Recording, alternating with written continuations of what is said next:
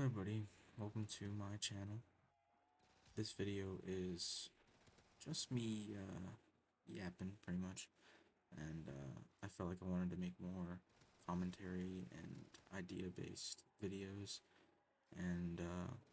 what better way to start that off than go ahead and uh, kind of voice my opinions. And I feel like the landscape of AI and live service games right now are kind of scary for the future of gaming and kind of anything consumer based, because everyone is taking the easy way out, and kind of it's becoming easier to just take the consumer's money than make an actual product that someone can enjoy without having to download 30 gigabyte updates every other week, every other day sometimes, and take up most of your hard drive for a half-baked product. Even though there has been some games that launched broken and took the kind of landscape of like going from a broken product to day one patches and so on,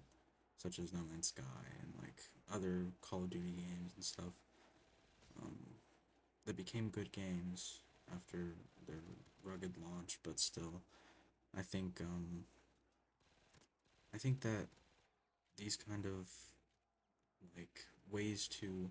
go about making a product and um, telling consumers that it's not their property if they spend their money, and they want players to shell out money to them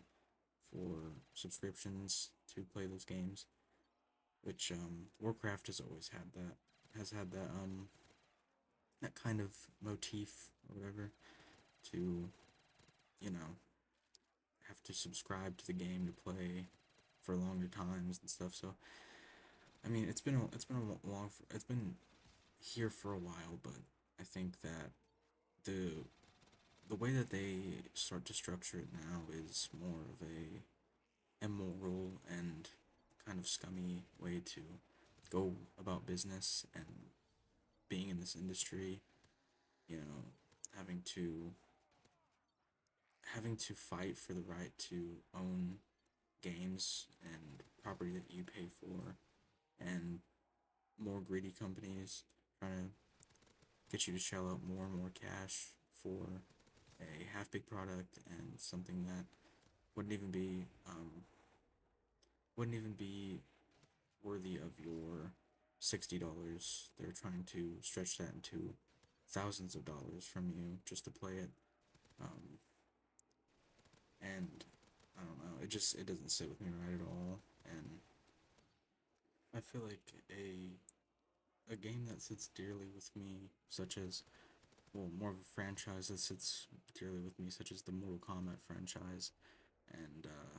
the recent like shelling of MK1, um, only a few years into its lifespan, was kind of saddening to see, because it was brought down by a lot of microtransactions and um, kind of swayed from the usual Mortal Kombat formula with like cameos and stuff. I never really played it, and I never was able to really pick it up because it's harder to buy games. It was already hard enough once they were like $60, but once they become 70, it's like, you know, I know it's not a lot, but it becomes like, do I really want to spend um, close to $100 for something I'm not sure if I would pick up for more than 10 hours, or maybe even 5 hours? And it seemed like it was the right choice to not play it solely due to the way they handled the game. Um,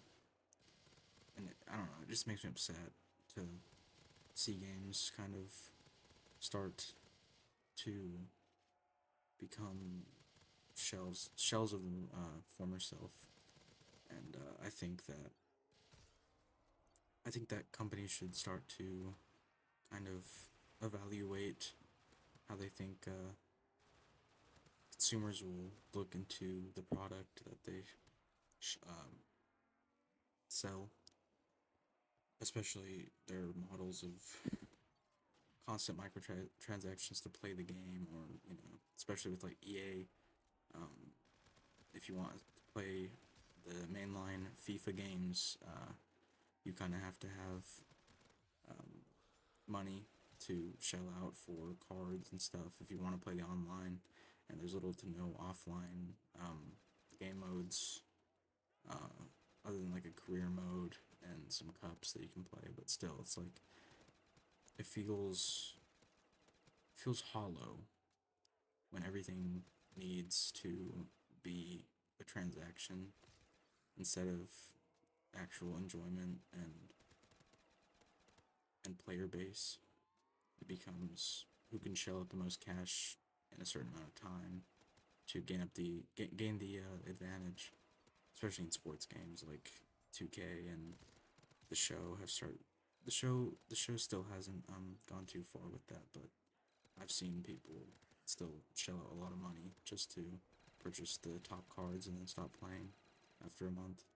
So it's kind of sad to see that. It is still cool to like see people engage with the game and still